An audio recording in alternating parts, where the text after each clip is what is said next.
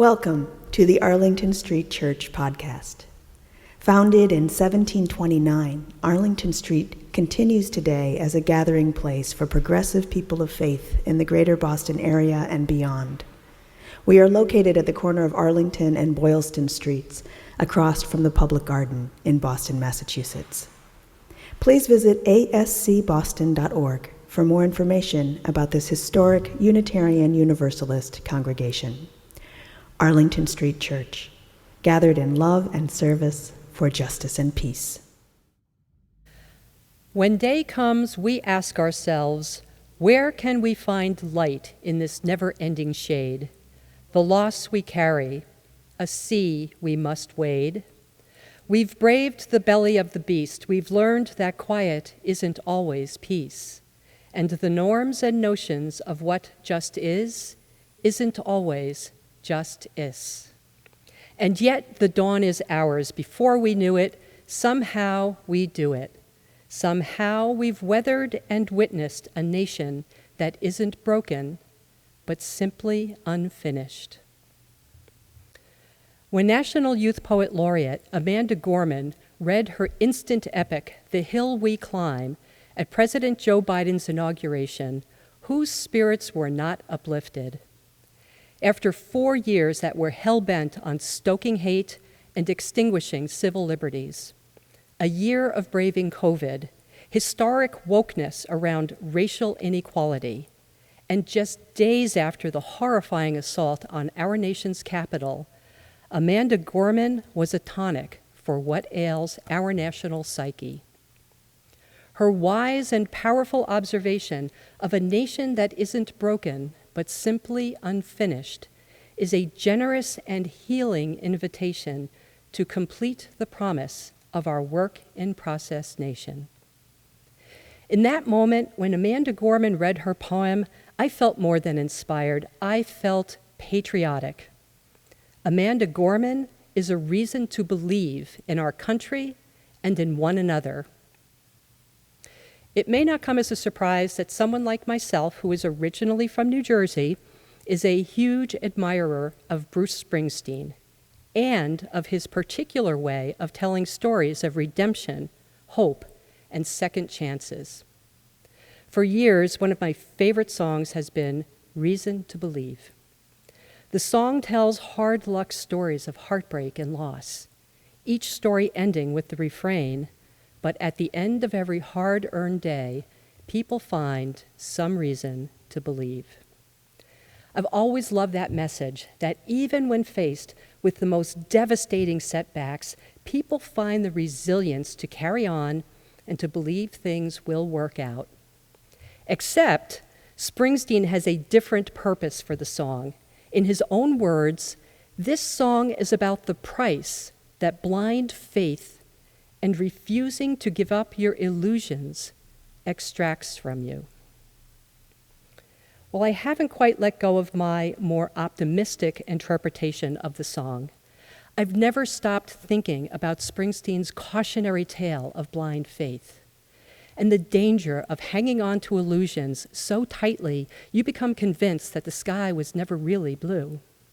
And I have found myself thinking, there are millions and millions of Americans in our great land of hope and dreams who have a serious case of blind faith in some very dangerous illusions of what this country stands for, who is welcome, and what we can be. It's easy to feel dragged down by our society's fierce and constant infighting around basic values of liberty, equality, and justice for all the more so on patriotic occasions like today, the 4th of July. The good news? We don't have to give in to that dark energy. We can choose, like Amanda Gorman, to search for light in the never-ending shade that dominates news cycles and social media. We can choose to be lifted up by better angels all around us. And we can find reasons to believe not in misguided illusions about what makes our country great, but in those better angels, those everyday friends and neighbors who make our communities and our nation a more perfect union. One of the most magnificent expressions of our Unitarian Universalist faith and of our core American values is our willingness to help one another. Service and volunteering are natural incubators of reasons to believe. For many years, I worked at Boston Cares, a nonprofit that makes it very easy to volunteer at dozens of community programs, including the Friday Night Supper program here at Arlington Street Church. Every single day, we saw how easily service unites people across walks of life, across demographics, across political perspectives. In recent years, Boston has seen a steady uptick of non-American volunteers born in non-European countries. There's no small amount of irony here, given the epidemic of anti-immigrant sentiment in our country. And yet, just like those founding Americans who firmly established our country's reputation for being a society of helpers, today's new arrivals are stepping up to help in record numbers. In fact, in some years, up to a third of Boston Cares' most active volunteers have been from other countries. When Farouk Mateen spoke about his motivations to serve as a career counselor for people who have fallen through the cracks, he shared about life-changing help he'd received from total strangers and how compelled he felt to pay it forward. And he said, as a Pakistani, it's important that Americans see a Muslim man doing something positive for others. When Nita Wang moved to Boston, she brought her experience of having volunteered for the Special Olympics in China, and she now coaches special needs athletes here. In Nita's words, volunteering and doing good are contagious. My favorite thing is how people come together to support each other as a community. And I see how inviting friends to volunteer makes the good energy larger. This is the mark I want to leave on the world. Yenner Bravo Gutero arrived from Colombia in 2018. Yenner says, I soon realized that pursuing my dream without a real connection to Boston or to this country was difficult. Someone recommended that a great activity in America is to volunteer. And so that's what I did, and I love it. I can see how one person doing good creates a chain reaction of other people doing good. I believe in this current situation that kindness is the best anyone can do. While some Americans will never show them a welcome mat, volunteers like Yenner, Nita, and Farouk follow in the footsteps of the founding, helping Americans, going the distance for others with kindness, wisdom, and grace. They are reasons to believe. The University of Maryland's Do Good Institute researches volunteering throughout the life cycle. If volunteering is as closely linked to our nation's civic health as the data indicate, then we should take heart that high school students in Massachusetts are a third more likely to volunteer than adults. Nowhere is this more evident than at Project 351, a statewide group that prepares 8th graders and high schoolers to tackle community problems and to speak out against injustice. In addition to the usual clothing drives, food bank events, and care package projects, these young people are devising their own responses to issues of diversity, inclusion, climate change, social justice. Using their own lived experiences, some are training others to safely confront bias and discrimination at school. Others have testified on tackling racial inequality before statewide groups such as the Association of School Superintendents. These are amazing young people, mostly teenagers, and their wisdom about how service has shaped their view of society and their place in it is spot on. Dominique Thomas says, people who want to serve will wake up at 5 o'clock in the morning to do so. If the country and the world had more people like that, we wouldn't have as many problems. Isabel Cole says, people who do service are connected. I've learned the African concept of Ubuntu. I am because you are. My humanity is tied to your humanity. Instead of being a product of the times, I'm able to be a product of love and compassion. And Noor al-Saad says, right now, our country is in a vulnerable state and full of divisiveness. My experience is young people are much better at having respectful and effective conversations than elected officials. Now, more than ever, it's important to turn to young people.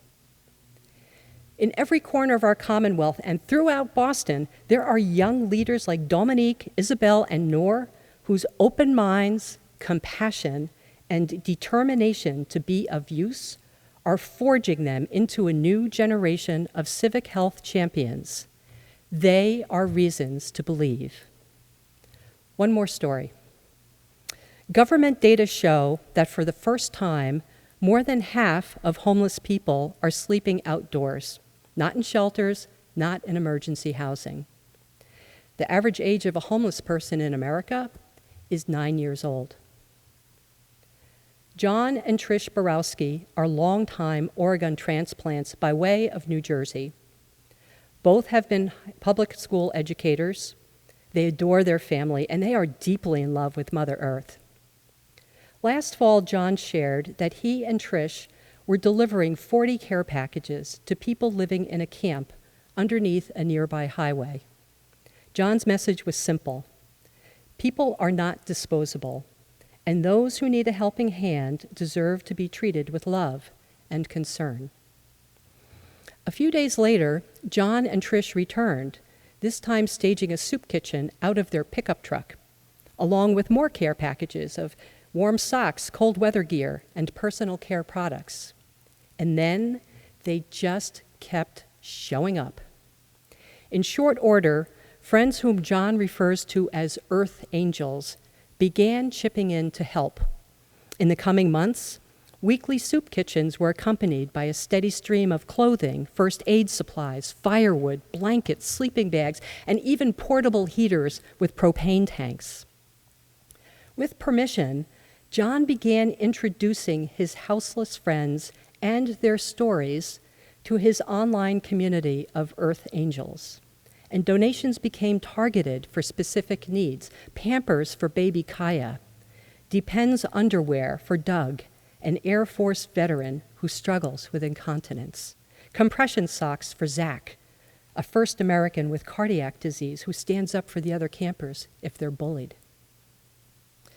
Over time, John and Trish have helped many of their houseless friends to find places to live indoors, to secure medical care, and to get back to work. When plans to tear down the camps were announced in the spring, they went to bat for those whose camps were being removed, and they're still at it.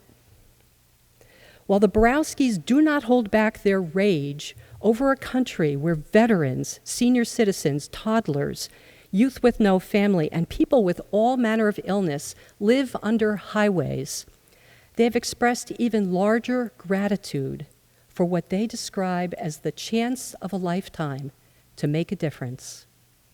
In John's words, when another human being says, "John, you and Trish have literally saved my life," we are left speechless. We laugh, we hug, we cry, and we listen. We let people know they are seen and worthy. Always remember, John says, that acts of kindness provide light and can keep people from sliding into the abyss. Without intending to do so, John and Trish are living Gandhi's advice: if you want to find yourself, get lost in service to others. People like John and Trish Borowski and their community of Earth Angels are reasons to believe. The bottom line is that despite our nation having dangerously strayed from anything resembling a shared moral compass, there are legions of better angels whose practice of helping others shines a light through the cracks of our nation's darkest days. And as Unitarian Universalists, ours is a faith built for times like these. When our beloved community reunites in September, we have an unprecedented opportunity to use the gift of being closer than ever, to supercharge our sacred covenant, to be of use to others. Just as this year's covenant renewal was an historic expression of our financial generosity, we can ignite a chain reaction of goodness for our congregation, for Share the Plate partners, and for myriad causes we each hold dear. For those who already help at church, will we invite others to join us and make the good energy even larger? For those who are new members or perhaps have been on the sidelines, will we embrace the opportunity to discover this beloved community through service? For those who have been helped by others along the way, will we pay it forward with kindness and grace? Might there be earth angels among us who will rally responses to heartbreaking needs that are hiding in plain sight? Will we recognize that I am because you are, and that my humanity is tied to your humanity? Remember, the service begins when the service ends. And remember, our beloved Arlington Street Church community is a reason to believe. So let's bring it home with Amanda Gorman. We will rebuild, reconcile, and recover in every known nook of our nation and every corner called our country. Our people, diverse and beautiful, will emerge battered and beautiful. When day comes, we step out of the shade, aflame and unafraid. The new dawn blooms as we free it, for there is always light, if only we're brave enough to see it, if only we're brave enough to be it. Let it be so. Amen.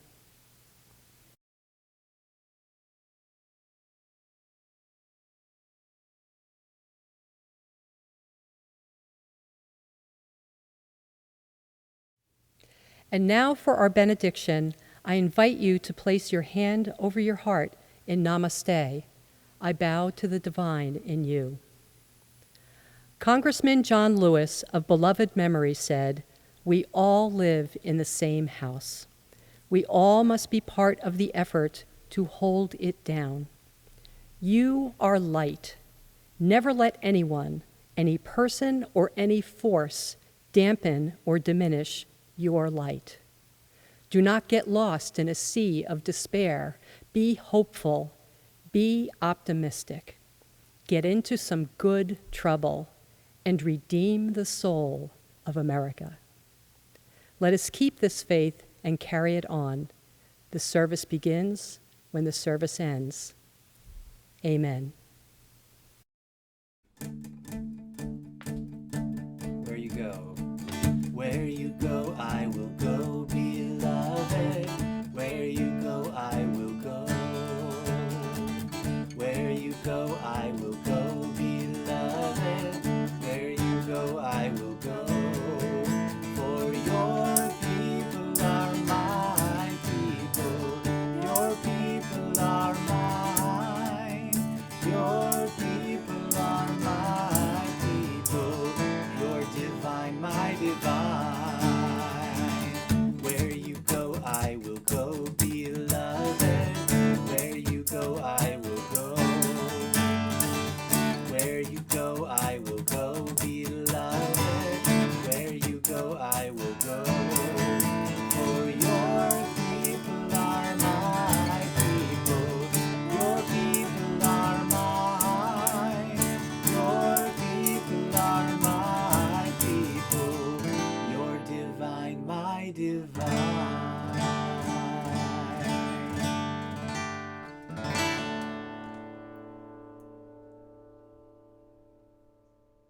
Please visit ascboston.org for more information about this historic Unitarian Universalist congregation. Arlington Street Church, gathered in love and service for justice and peace.